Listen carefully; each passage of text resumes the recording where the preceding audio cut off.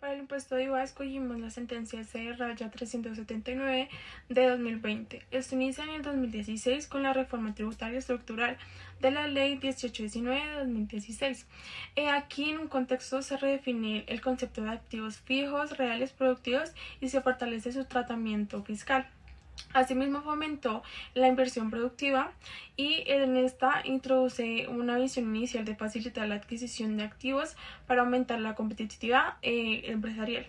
Luego, en el 2018, con la Ley 1943 de 2018, en la Ley de Financiamiento, tenemos que nace del artículo 258-1 del Estatuto Tributario. En este se crea un descuento de IVA por compra, importación o construcción de activos fijos productivos. El problema era que esto era solo para responsables de IVA y excluían a quienes también pagaban IVA pero no eran responsables, generando un principio constitucional de igualdad tributaria.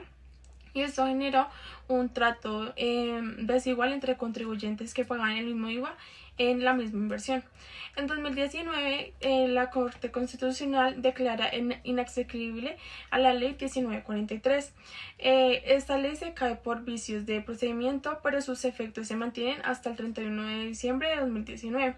Y en el artículo 258 quedan en riesgo ya que permite que el Congreso expidiera la regulación. Ya en 2020, con la Ley 2010 de 2019, en donde es la Ley de Crecimiento Económico, el Congreso revive el artículo 158-1 con el mismo contenido y la misma limitación. Solo responsables de IVA pueden descontarlo. El principio es la neutralidad del IVA, ya que el IVA no debe ser convertido en costo y persigue la desigualdad entre contribuyentes. Ya en 2020 también se nace esta sentencia de la C-379-2020 que se presenta una demanda ante la Corte Constitucional. El problema es que la expresión responsables de IVA excluye del beneficio a quienes pagan IVA al comprar activos pero no son responsables del impuesto. Esto generó un principio de igualdad en el artículo 13, también la equidad y la capacidad contributiva. En la decisión, la norma dice que es inaccesible, pero solo si el beneficio también se aplica a contribuyentes no responsables de IVA. Esto generó que el IVA pagado en las compras de activos producidos pueden descontarse sin importar si el contribuyente es responsable o no. También se elimina la barrera injustificada a pequeñas empresas profesionales y sectores excluidos del IVA. También el IVA recupera su carácter de impuesto neutral para la inversión y asimismo se garantiza que los contribuyentes que pagan el mismo IVA reciban el mismo beneficio fiscal. Ya entre 2021 y 2024 se aplica ya en práctica y la doctrina de este tribunal. La DIAN y la jurisprudencia aplican esta decisión y reconocen que el beneficio a cualquier contribuyente que efectivamente pague el IVA de la adquisición del activo y genera una igualdad y eficiencia tributaria. Su impacto en la actualidad es que incrementó la seguridad jurídica, también menos distorsiones entre contribuyentes responsables y no responsables, y también se consolida como la idea de que el IVA no debe convertirse en un costo para la inversión. Para el mapa mental de la sentencia C-379-2020 para el impuesto de IVA, tenemos que los hechos reveladores están que se crea un descuento tributario del IVA por inversión en activos fijos y reales productivos. La norma solo permite el beneficio a responsables de IVA. Los contribuyentes no responsables también pagan IVA al comprar activos, pero quedan excluidos. Se presenta demanda por violación de principios de igualdad y por afectar la neutralidad del IVA. Tenemos que los problemas jurídicos están que primero la legalidad tributaria vulnerada, que es el municipio que creó un cobro de tipo IVA sin facultad del Congreso. También la invasión de competencias nacionales, ya que se afectó la competencia excluida de las naciones sobre el IVA. También que hubo una doble imposición, ya que el contribuyente pagaba IVA nacional más el cobro municipal sobre la misma operación, y que la desigualdad tributaria es donde los contribuyentes del municipio quedaban en desventaja frente al resto del país. En principios constitucionales tenemos la igualdad tributaria que está en el artículo 13, que ya que no puede haber trato diferente si una razón es suficiente. Tenemos también la equidad y la justicia tributaria, ya que los beneficios no pueden generar una distorsión injustificada. También la capacidad tributaria, ya que la carga fiscal debe corresponder a una realidad económica. La neutralidad del IVA, ya que el IVA no debe convertirse en un costo para quienes invierten. Y por último, la proporcionalidad, ya que la medida debe ser adecuada y no excesiva frente a su otro objetivo. En los actores involucrados tenemos que son los contribuyentes responsables de IVA, los contribuyentes no responsables de IVA, la DIAN, ya que pues es la entidad encargada, el Congreso de la República que creó y expiró el artículo, la Corte Constitucional, que como órgano que analiza la constitucionalidad, las empresas y sectores económicos y la economía productiva del país. Como efectos económicos tenemos la reducción de costos de inversión para todos los contribuyentes, la eliminación de distorsiones entre empresas responsables y no responsables, mayor incentivo para adquirir máquina, tecnología y equipo, mejorar la competencia, la productividad empresarial y por último la protección del principio de neutralidad del IVA, ya que el IVA no encarece la inversión. Como efectos normativos tenemos que la norma se declara inexequible y condicionada. El descuento aplica sin importar si el contribuyente es responsable del IVA. Se ajusta la interpretación del artículo 151-1. Se fortalece la seguridad jurídica en la aplicación del beneficio. La jurisprudencia se consolida como el sentido de evadir tratos iguales en materia tributaria y la DIAN debe aplicar el beneficio a todos sus contribuyentes que paguen IVA en la adquisición del activo. Y como efectos reales en el mercado de precios tenemos que hay una variación de precios al consumidor, hay un impacto en la demanda de bienes esenciales, la sensibilidad del mercado a cambios como tarifas del IVA, ajustes de costos en la cadena de producción, competitividad del sector afectado y también el traslado del sector del impuesto al consumo final.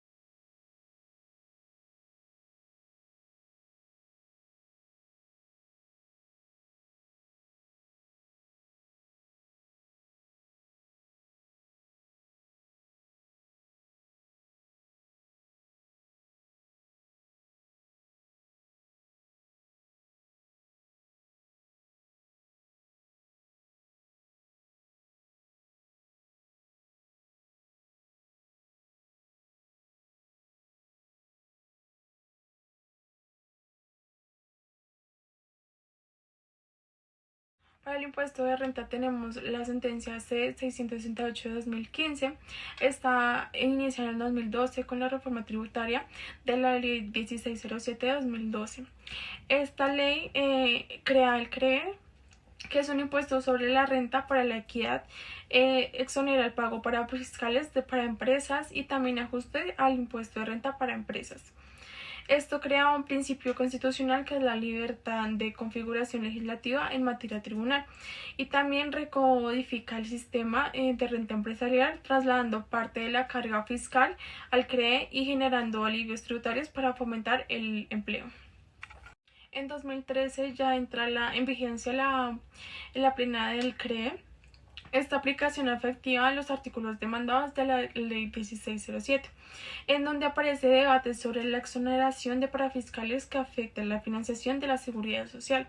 En esto, el principio de sostenibilidad financiera del Estado y la equidad tributaria, ya que las empresas pagan menos cargas fiscales y sustituyen parte de la renta por el CREE, por lo que cambia la estructura del recaudo. Ya en 2014 se presenta la demanda de constitucionalidad, donde los demandantes afirman que el CREE y las exoneraciones generan inequidad, trato preferencial e injustificado, afectación al principio de progresividad, solidaridad y equidad, donde se abre un examen sobre la legitimidad del diseño de la renta empresarial y sus beneficios. Para 2015 ya se crea esta sentencia 668 de 2015 por la Corte Constitucional, donde se revisa la constitucionalidad de la Ley 1607 de 2012. Sus principios analizan el corte, ya la equidad tributaria, la progresividad, solidaridad, sostenibilidad financiera, la finalidad social del Estado, la libertad de configuración del legislador. Ya como decisión está que exequible con condicionamientos, donde su impacto estuvo en que se validó el uso de incentivos y exoneraciones dentro del impuesto de renta. Se afirma que el Congreso debe rediseñar el sistema tributario siempre y cuando se mantenga la razonabilidad y el equilibrio. Igualmente, la sentencia legitima la utilización de cargas diferenciadas para fomentar el empleo y la competitividad. Igualmente sirve como precedente para futuras reformas del impuesto de renta empresarial. Ya para el 2016, con una reforma tributaria estructural que fue la Ley 1819 de 2016. En esta, la ley elimina el CREE y lo reintegra en un impuesto de renta. La sentencia C-668 de 2015 ya citada como una referencia para validar la flexibilidad del legislador, el rediseño de tributos, los límites constitucionales del sistema de beneficios. El principio que se vulnera es el de unidad del sistema tributario y la coherencia fiscal. Esto nos da un impacto ya en la unificación nuevamente del impuesto corporativo, integrando elementos del CREE allá en la renta. Después pasamos al 2018 con la ley 1943 de 2018, la ley de financiamiento. Esto se rediseñó el impuesto de renta empresarial con tarifas, reducciones y nuevas reglas de depuración. Esto como principio de progresividad y suficiencia del sistema tributario. Esto fue un ajuste a tarifas y beneficios como un refuerzo de la idea de que el Congreso tiene flexibilidad para modificar la renta, apoyando la doctrina de la sentencia C-668 de 2015. Ya para entre el 2019 y este año 2025 ya es con unos conceptos principales. Tenemos que la reforma tributaria sucesivas en 2019, 2021 y 2022 se ajustan ya las tarifas, beneficios y reputación del impuesto de renta. Esto nos da unos principios de equidad, progresividad, solidaridad y sostenibilidad fiscal, dando un impacto donde aumenta la carga de renta empresarial, limitando beneficios, fortalecimiento de las estructuras del tributo y con la continuidad de la doctrina que permite que el legislador rediseñe el sistema tributario. Ya para no apagar la sentencia C-668-2015 sobre el impuesto de renta, tenemos sus hechos más relevantes que demanda contra la norma del Estatuto Tributario sobre la renta. También que la regla aplica a las retenciones sin considerar la situación personal o familiar del contribuyente. Se considera si esta forma de retener ignora la capacidad económica y que esta retención, que aunque es un mecanismo de recaudo anticipado, puede tener un funcionamiento como un impuesto propio si no se ajusta al perfil del contribuyente. Para esos problemas jurídicos tenemos que viola la norma de equidad contra el impuesto de renta, tratar igual a contribuyentes con cargos económicos distintos, también desconoce el principio de capacidad contributoria al no permitir a justificar una retención o una situación familiar, y puede que una retención en la fuente puede convertirse en la práctica de un impuesto sin progresividad. Por último, que el diseño de la regla tributiva respeta los límites constitucionales del legislador. Como principios constitucionales aplicados está la capacidad contributiva, ya que el tributo debe corresponder a la verdadera capacidad económica del contribuyente; la equidad, ya que evita la carga desproporcionadas entre personas con ingresos iguales como las responsabilidades distintas. También la de progresividad, ya que quienes tienen más ingresos deben aportar más según la retención, que no puede poner esta lógica. Y por último, la justicia tributiva, ya que el sistema debe ser coherente con la protección mínima vial de la proporcionalidad. Como actores involucrados tenemos el contribuyente, que la DIAN, el Ministerio de Hacienda, ya que este defensa de la política tributaria respecto al estatuto tributario; en la Corte Constitucional, como un órgano que analiza la regla de esta retención que se ajusta a la Constitución. Como efectos económicos tenemos que evitar que la retención genere una carga que desproporcionada para contribuyentes con responsabilidades familiares. También reduce el riesgo de que la retención funcione como un impuesto regresivo. También que la contribuya a que el anticipo de esta renta sea coherente con la capacidad de economía real, y también que impacta la liquidez de los contribuyentes al promover la retención más acorde a su situación. Como efectos normativos tenemos que la norma se declara exequible, pero condicionada a incrementarse conforme a la equidad y la capacidad contributiva. La retención de fuente, esta retención debe entenderse como un anticipo al impuesto y no como un impuesto autónomo. También tiene que la refuerza el criterio de las reglas tributivas, deben respetar a personalizarse al impuesto de renta, y también que orienta futuras regulaciones y decisiones sobre cómo diseñar mecanismos de recaudo anticipado.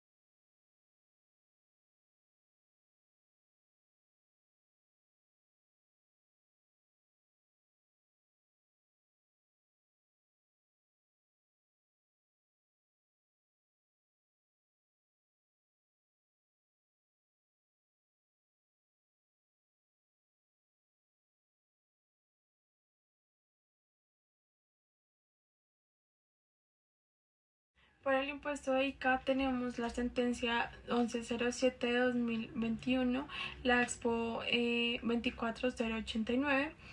En esta tenemos que inició entre los años 90 y 2010, ya que en esta se origina el problema. Esto lo hace el Consejo de Estado en una ley de 14 de 1983. En esta se define como una amplia derecho generador y hizo un decreto de la ley 373 de 1986 con el Código de Comercio. En esta el problema fue que la ley no define con precisión cuánto es la actividad de invertir acciones en actividades comerciales. Esto impacta en la legalidad tributaria y la seguridad jurídica. El impacto en este impuesto de ICA es que la jurisprudencia es contradictoria, ya que en algunos fallos los dividendos no eran actividades comerciales y en otros sí. También que las administraciones municipales cobraban ICA sobre dividendos sin criterios uniformes y que los contribuyentes enfrentaban alta incertidumbre. Ya entre los años 2000 y 2015 es la escala de este conflicto, ya que los municipios empiezan a cobrar ICA sobre las rentas del portafolio. Asimismo, las empresas demandan masivamente alegando la ausencia de actividad empresarial. Aquí se vulnera el principio de equidad y certeza tributaria y su impacto es la explosión de procesos jurídicos por ICA sobre dividendos. Entre el 2016 y 2020 ya tenemos que las sentencias divergentes hacen que el conflicto se vuelva como mayor y generen una confusión. En este tenemos la misma ley 14 de 1983 en los decretos municipales como el 352 de 2002 en Bogotá. La problemática es que aparecen líneas jurisprudenciales enfrentadas en una corriente que afirma que los dividendos no pueden generar ICA porque no hay una empresa como tal, y también que la otra sostiene que si hay actividad comercial, principio de constitucionalidad que sería la seguridad jurídica, y por ende hay un impacto en el que está el caos interpretativo. La empresa paga ICA en algunos municipios, ganando litigios en otros, y también que tenemos un riesgo fiscal elevando para los municipios por futuras devoluciones. Ya para el 3 de diciembre de 2020 tenemos la sentencia 25088. En esta, el decreto 352 de 2022, la ley 1607 de 2012 son bases esenciales, ya que la sala recuerda que la ley nacional se impone sobre la regulación local. Esto genera un principio de legalidad y jerarquía normativa. Su impacto es que se fortalece la idea de que el ICA debe interpretarse como una ley nacional, no a criterios locales, y se debe ser una presión indirecta hacia una unificación de criterios. Ya para el 9 de julio de 2021 tenemos la sentencia sobre territorialidad, ya que en esta está la ley 14 de 1983 y el decreto 1333 de 1986. En la sala nota que el ICA está siendo interpretado como una forma distinta según el municipio, generando un principio de territorialidad y certeza jurídica. El impacto es que se confirma la necesidad de criterios uniformes y se prepara para un territorio o un terreno para la unificación. Ya para el 2 de diciembre de 2021 tenemos la sentencia de unificación 1107-2021, Expo 24089. En esta, la normativa está la ley 14 de 1983 en el artículo 32, el decreto de 1333 de 1986, el decreto 352 de 2002 en Bogotá y el Código de Comercio. En esta está una decisión clave en la regla de unificación, ya que solo hay ICA sobre dividendos cuando la participación en sociedades se ejerce con carácter empresarial. Esto significa que puede existir organización, estructura, inversión sistemática, gestión empresarial, profesional, continua y una verdadera empresa de inversión. En esto están los principios de legalidad tributaria, seguridad jurídica y la equidad. Su impacto en el tributo es que se elimina la contradicción histórica. También los municipios no pueden cobrar ICA sobre dividendos. Solo se graba cuando hay una actividad empresarial real. También se reduce litigios y la discrepancia administrativa. Y asimismo se alinea al hecho generador como una realidad económica. Ya para el 2022 en adelante hay una aplicación obligatoria en la unificación, generando un impacto en donde las autoridades deben aplicar el estándar de carácter empresarial. También se revisan procesos en cursos bajos de nuevo criterio y también se cierran mucho a la discusión histórica en trámites. Ya para el mapa de sentencia de unificación 1107-2021, primero tenemos dos hechos relevantes, que es que los municipios estaban cobrando ICA sobre dividendos e ingresos por inversiones. Existían fallos del Consejo de Estado contradiciéndose entre sí. También no había claridad sobre cuánto la inversión se convierte en una actividad comercial y también que las empresas demandaban masivamente liquidaciones municipales. Ya para los problemas jurídicos tenemos que hay un exceso de competencia normativa del municipio, vulnera el principio de legalidad del tributo, crean obligaciones no previstas en la ley, uso indebido de la autonomía territorial, el desconocimiento de la tributación de competencia nación-municipio y también que hay una afectación a la equidad y justicia tributaria. En los principios constitucionales tenemos que están aplicados la legalidad tributaria, donde el tributo debe ser sustentado y claro por la ley, la seguridad jurídica que evita que interpretaciones cambien entre municipios, equidad y justicia tributaria, quien impide que los contribuyentes iguales sean tratados distintos según el municipio y la buena fe que evita cargas masivas en criterios imprescindibles.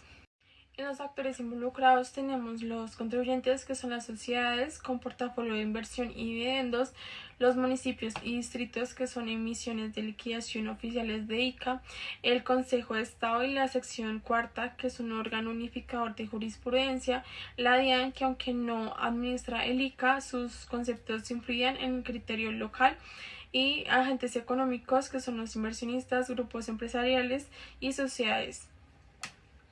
Como efectos económicos tenemos que hubo una reducción en litigios y devoluciones costosas, también mayor certeza para planificar inversiones y estructuras societarias, también evita que municipios amplíen su base tributaria de una forma ya desbordada y también incentiva la transparencia en actividades empresariales. Como efectos normativos tenemos que un criterio obligatorio que solo hay cuando la inversión tiene carácter empresarial, ya sean organizaciones, habitualidad, gestión profesional. También hubo unos reglamentos locales que deben interpretar conforme a la ley 14 de 1983. También sentencias futuras que deben seguir a estándares y excepciones. Y por último, la homogenización de la aplicación de ICA en todo el país.